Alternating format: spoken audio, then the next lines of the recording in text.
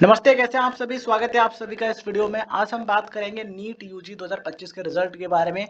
Finally क्या update है result को लेकर, मद्रास हाई कोर्ट ने क्या कहा था, क्या फाइनल वर्डिक्ट दिया था, और एमपी हाई कोर्ट वाला जो केस है वो कहां तक पहुंचा, उसके बारे में भी चर्चा करेंगे। फाइनली आपका रिजल्ट कब तक आ सकता है, एनटीए क्या कहता है इस चीज पर, वो भी हम आपको बताने वाले हैं। सो अगर आप एक नीट वाले स्टूडेंट हो तो वीडियो का एंड तक जरूर देखना, वेरी इंपॉर्टेंट है आपके लिए। तो सबसे पहले हम देख लेते हैं कि मद्रास हाई कोर्ट ने क्या फाइनल वर्डिक्ट दिया था, क्या क्या चीजें उन्होंने बताई थी। तो देखिए, कुछ की पॉइंट हैं जिन्हें हम डिस्कस कर लेते हैं।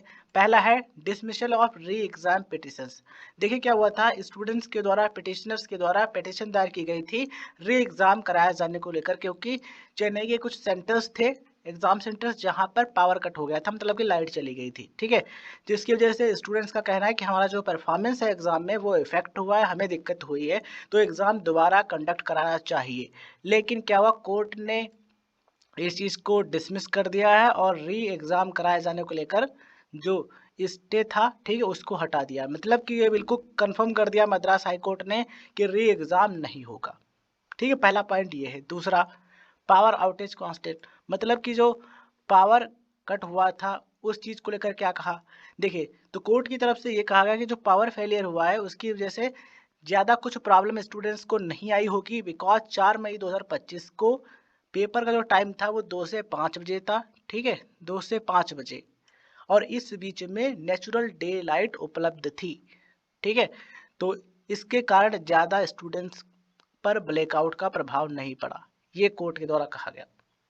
तीसरी चीज, नो मेलाफाइड इंटेंट फाउंड, और ये यहाँ पर ये भी कहना है कि एनटीए ने एक बिल्कुल निष्पक्ष जांच बैठाई, ठीक है, ग्राउंड चेक करवाया उस एरिया का, उन एग्जाम सेंटर्स का जहाँ पर ये प्रॉब्लम हुई थी, तो उन्हें मतलब कोई ऐसा चीज नहीं मिला जिससे स्टूडेंट्स के साथ अन्याय हुआ है। ठीक है, तो ये चीज यहाँ पर ये कहा गया है कोर्ट के द्वारा।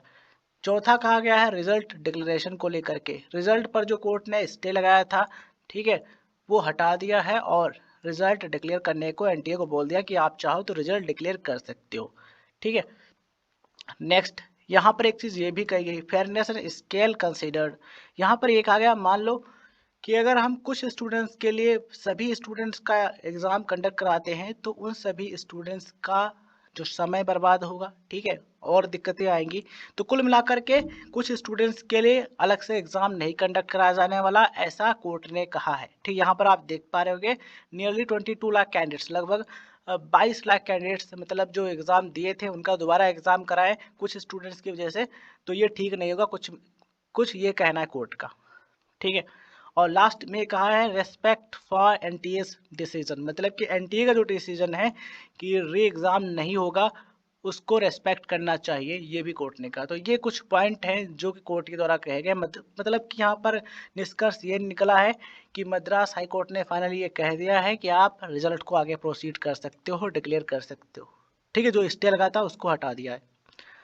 अब बात कर लेते हैं एनटीए के इन्फॉर्मेशन बुलेटिन की। जो एनटीए का इन्फॉर्मेशन बुलेटिन जारी हुआ था नीट वाला, ठीक है, वहां पर क्या लिखा था, रिजल्ट का डिक्लेरेशन का डेट टेनेटिव, मतलब कि संभावित डेट बताई गई थी 14 जून 2025। ठीक है, तो ये आपकी मेन डेट है।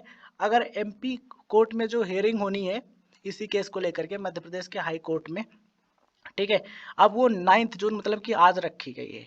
तो अगर जो आज कुछ इस तरीके का डिसीजन, जैसा कि मद्रास हाई कोर्ट के द्वारा दिया गया था, इस तरीके का फाइनल वर्डिक्ट आता है, डिसीजन आता है इस चीज़ को लेकर, तो आपका जो रिजल्ट है ये 14 जून या फिर उससे पहले आ सकता है। अगर इनका थोड़ा जो वर्डिक्ट है वो अलग हो सकता है, तो थोड़ा पहले या फिर बाद में, तो मतलब बाद में आने के चांसेस हैं। ठीक है, तो देखो एमपी हाई कोर्ट के द्वारा क्या फाइनल डिसीजन दिया जाता है इस चीज़ को लेकर, ये अभी पेंडिंग में है।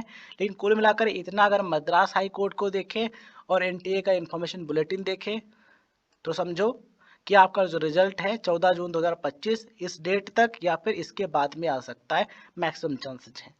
ठीक है, और मुझे तो यही लगता है कि एमपी हाई कोर्ट भी लगभग यही करेगा, या फिर ऐसा हो सकता है कि उन स्टूडेंट्स के लिए कोई अलग से व्यवस्था कर दें, है ना। तो ये बिल्कुल कोर्ट के डिसीजन पर डिपेंड करेगा।